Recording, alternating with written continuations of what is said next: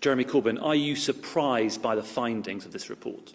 No, I'm not surprised by them. I'm accepting the recommendations of the EHRC report that's come out today. We do need to ensure our processes are better worked.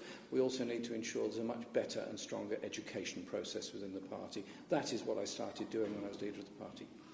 You say in your statement you don't agree with all the report's findings. Which findings do you disagree with? I think they don't acknowledge the work that I did to ensure there were proper processes brought into place. But let's be clear. Start off, one anti-Semite in the party is one anti-Semite too many. And when I became leader of the party, some complaints were received. I asked Shami Chakrabarti to undertake a review of all this, which she did. She made a number of recommendations on processes which were not implemented quickly enough. Under Jenny Formby's period as General Secretary in 2018, much more progress was made very quickly. But the numbers have been exaggerated, in my view. The public perception in an opinion poll last year was that 1/3 of all Labour Party members were somehow or other under suspicion of anti-Semitism. The reality is it was 0.3% of party members had a case against them which had to be put through the process. And so I think it's clear that we do not accept, I do not accept, Keir Starmer does not accept, none of us accept anti-Semitism in any form whatsoever in our party. The report says that under your leadership the party committed unlawful acts of harassment and discrimination. Is the report wrong on that point? I don't accept that we were harassing people or discriminating against people. What I do recognise is that there was an insufficiency of process in the party, and after Ian McNicol had ceased to be General Secretary and before Jenny Formby took over, there was a short break of a couple of months. During that period, staff from my office were seconded to ensure that process was taken place more quickly within the party, and I did pressurise the party to deal with cases much more quickly because the process was far too slow. And in the last year of my leadership, the number of cases dealt with went up very rapidly and is a much more effective process, and that is the process that's now in operation. And to be fair, the Equality and Human Rights Commission recognises that we did change and improve processes, and it had improved in the latter part of my leadership. The report says there was political interference in the handling of anti-Semitism complaints throughout the period of the investigation. Is the report wrong on that? I think they have failed to draw the distinction between the short period between the two General Secretaries when my office was involved in ensuring the process took place. But my view, and that of Keir Starmer as the new leader of the party, is that the leader should not be involved directly in individual cases. That should be a matter for the process to be independently dealt with. And the HRC recommendations are that there will now be a completely independent process, and that, I understand, is going to be carried out. Was there political interference from you or your office? No, I did not politically interfere. I was asked for opinions sometimes, but most of my remarks were always about why hasn't this case been dealt with. Many people would come to me and say, why hasn't this case been dealt with? I would ask why, and insist that the party procedures speed up and deal with it. You say you did not interfere in complaints. Did your office interfere in complaints? My office contacted frequently the party head office because we were in receipt of huge numbers of emails and media inquiries, always got in touch with the Labour Party head office. So they did intervene and interfere? They did intervene to make sure that cases were dealt with quickly and fairly and robustly, because there can be no place for anti-Semitism in the Labour Party or indeed in our society as a whole. The report says anti-Semitism could have been tackled more effectively if the leadership had decided to. Is the report wrong on that?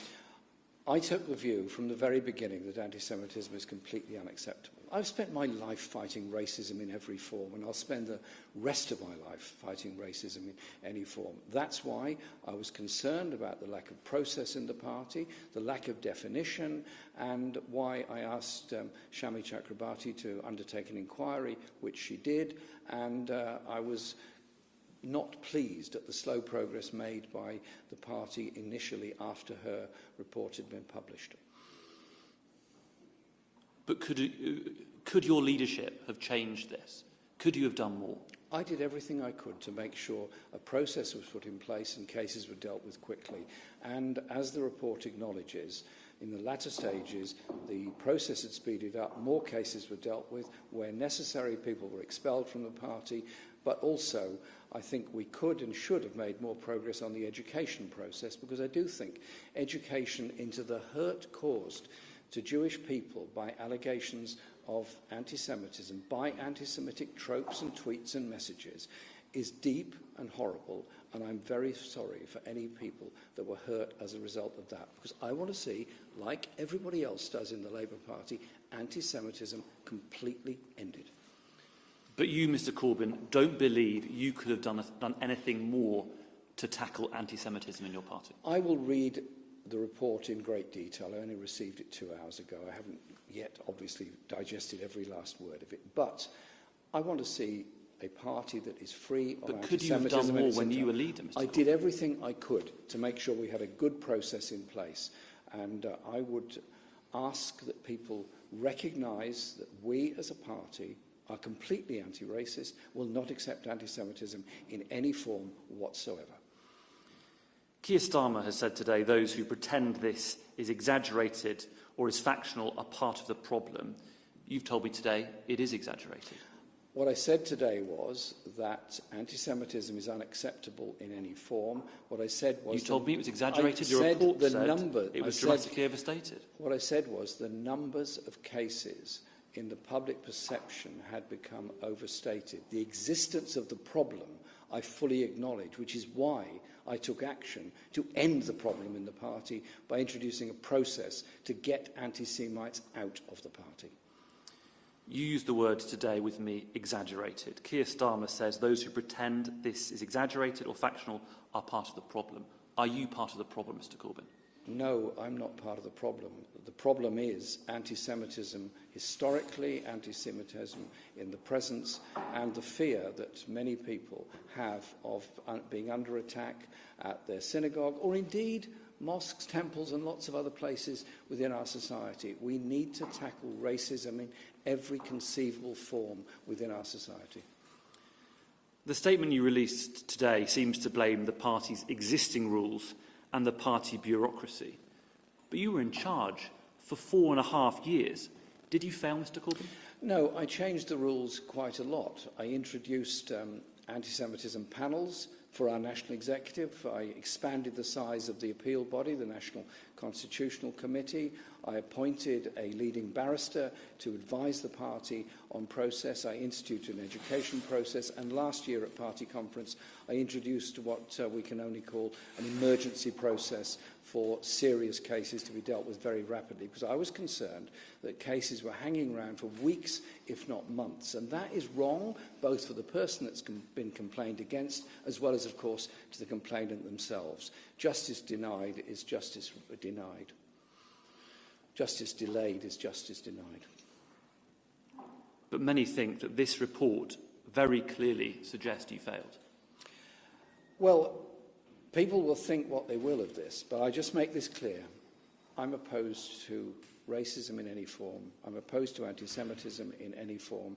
And I ensured our party adopted procedures which in the past had not existed under any previous leader to deal specifically with cases of anti-Semitism. I was the first leader to bring in rules dealing with anti-Semitism specifically. Keir Starmer says he is truly sorry. Are you? Of course I'm sorry that hurt was caused to anybody, and of course I'm sorry that anyone feels hurt as a result of that. I hope that they will realise the determination of all of us to root out anti-Semitism. But are you sorry that seemingly on this issue you failed to tackle it?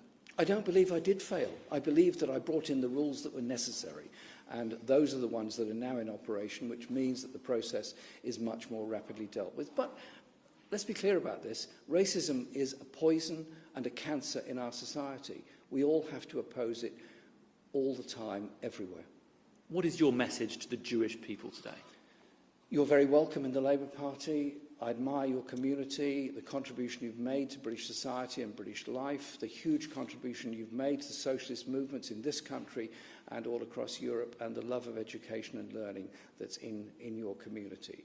And I want to work with you, always, as I always have, to ensure that we have a society that understands and is welcoming to all. And I take pleasure and pride in the diversity of modern Britain.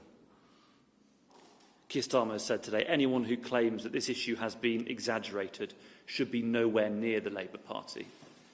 Will you resign from the party? Of course not. I am proud to be a member of the Labour Party. I joined the Labour Party when I was 16. I've fought racism all my life, and I'll fight racism the rest of my life. And as leader of the party, I did everything I could to ensure that we were a leading anti-racist organisation and anti-racist party. The rise of racism in this country, and even worse across Europe, is a serious scourge. We have to unite to protect all communities that are under threat, and unite to ensure that racism becomes a part of history, not part of our presence. And what do you think of the people who are calling today for you to resign?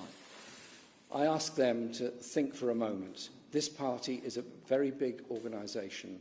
We come from lots of different political trends and backgrounds, but we're united in our wish to have a unified society free from racism. We're united in our determination to bring about economic justice. We're appalled that 1 million young people are without jobs at the present time.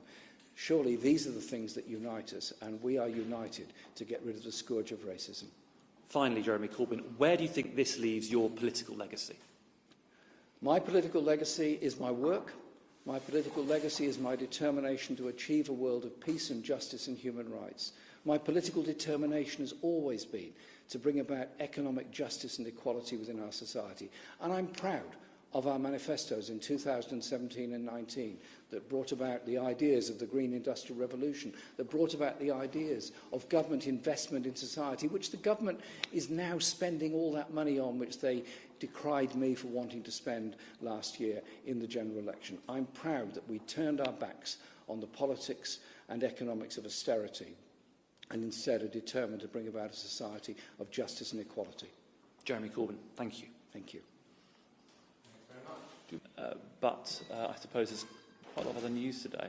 Can you use your left hand if you like, Joe? Just move that around as well as you're talking. And yes, we will, I think I'm all right actually, but we will get the sensory back.